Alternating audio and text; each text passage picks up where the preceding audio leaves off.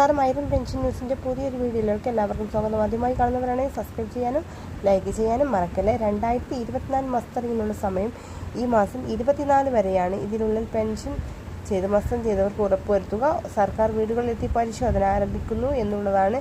അർഹതയുള്ളവർക്ക് മാത്രം നൽകിയാൽ മതി എന്നാണ് സർക്കാർ ഇപ്പോൾ ഉദ്ദേശിക്കുന്നത്. ഈ സാഹചര്യത്തിൽ നിരവധി പേർ ഇതിൽ നിന്നും പുറത്താവും. ഈ സമയത്ത് പല മാനദണ്ഡങ്ങളും സർക്കാർ വിധേയമാക്കുന്നു. ഇതനുബന്ധിച്ച് സുപ്രധാന തീരുമാനം സർക്കാരിൻ്റെ ഭാഗത്തു നിന്നും പുറത്തു വന്നിരിക്കുകയാണ്. നിലവിൽ ജൂലൈ മാസം 25-ന് 1600 രൂപയുടെ വിതരണം ആരംഭിച്ചിട്ടുണ്ട്. നിരവധി പേർക്ക് തുക എത്തിച്ചേർന്നിട്ടില്ല എന്ന് കമൻറ്റിലൂടെ അറിയിച്ചിരുന്നു. ഇവർക്കുള്ള വിതരണം വരും ദിവസങ്ങളിൽ ആരംഭിക്കും.